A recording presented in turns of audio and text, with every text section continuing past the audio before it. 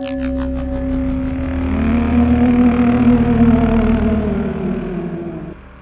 guys, welcome back to the Halloween mini-series. We reviewed Halloween 1978, we reviewed Halloween 2018, and now we're on to the third installment of this little timeline, Halloween Kills, released in 2021.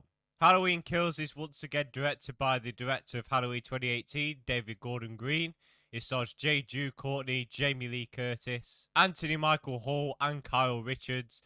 And in the third installment of this new Halloween timeline, Michael Myers escapes the fire that Laurie Strode set in the last movie, and he goes around start killing people while the town of Haddonfield joins together to try and kill him. Now, if you've watched my reviews of the last two Halloween films, you know that I've been looking forward to reviewing this film, and it's not for the reasons that the film wants me to review it. I think this film is laughable. This film is so good, it's bad in my eyes. That's not me to say it does have some genuine good things, though. Jamie Lee Curtis is still great as Laurie Strode.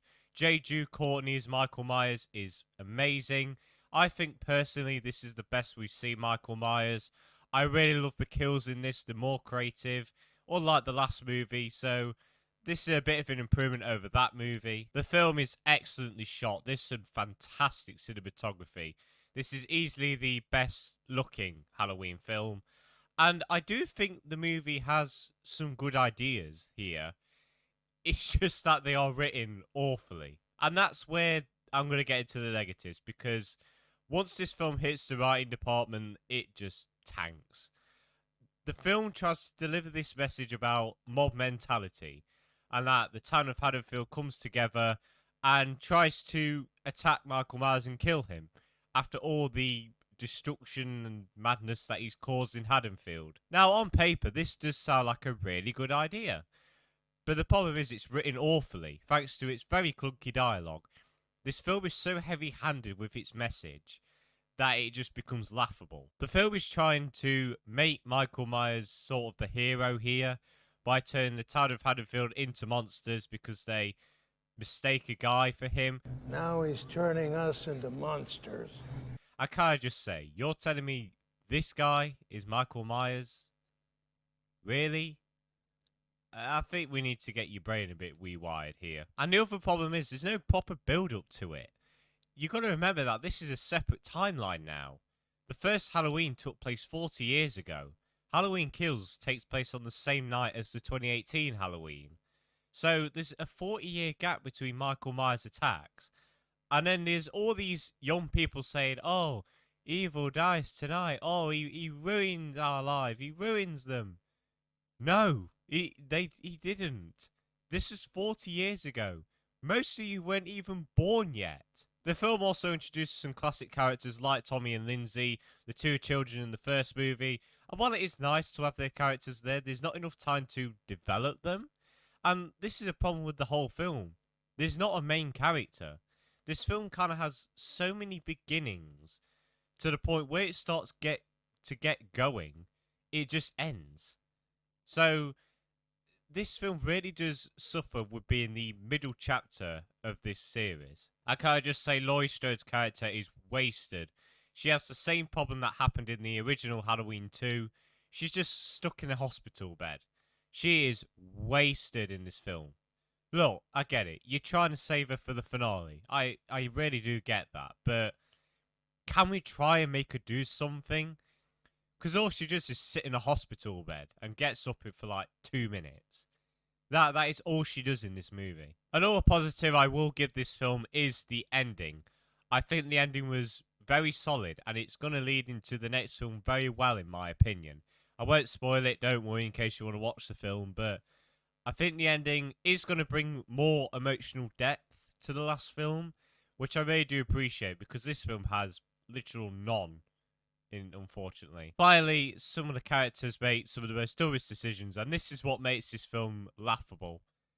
Some characters are so stupid in this film where I'm actually happy that they get killed. Give you an example. There's a scene where a few people are in this car, Michael Myers attacks, Michael Myers is killing this woman, and this guy in the back just sits there, and then he tries strangling him. Have you not seen what this guy has done? And Michael Myers just turns around and stabs him in the eye. Cool kill, but the build up to it was laughable. And this woman just tries shooting him. And for some reason, she gets close to the door so Michael can kick the door, bash her hand, and shoot herself in the face. What?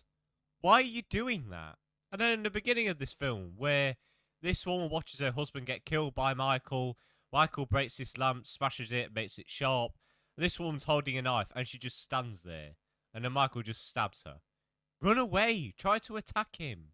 Don't just stand there. And again, they showed Michael's face far too much in this film. In fact, this is probably the most we've seen of his face since the original. Stop it, please. The only time you should do it is when it's crucial to the story. Yeah, I do like the idea of them taking his mask off, leading him and trying to lead him to his death. But stop showing his face, please. Just stop. We don't need to see his face. I want that element of mystery with him. I know what this film is trying to do. It's trying to humanise Michael. But it's not really working at the minute. You need to write it better. You never know. They may pick it up in the last movie, but at the moment, I'm not really enjoying this new timeline. The dialogue is clunky. The writing is not that great. Characters are wasted. There's no main character. Characters make dumb decisions. But I will say it is shot amazingly. Most of the acting is pretty good, especially from Jamie Lee Curtis as Laurie Strode. Kills are creative, and I really did like the ending. I think that was really good at setting the stakes higher in the last movie. I'm going to give Halloween Kills a 4 out of 10. This is not a good movie, let's be honest. But would I keep watching it? Yeah, I'd keep watching it because I just find it funny. And I do find a bit of enjoyment out of it. So if you do want to have a bit of a laugh with a horror film, while it's also taking itself very seriously, I think this is a film for you. But guys, that is it for the end of this review. Next time, it's the big one. We're reviewing Halloween Ends. I'm seeing that in a couple of days. Really can't wait to see that movie. But I hope you all enjoyed this video. Have a good day, and see you later.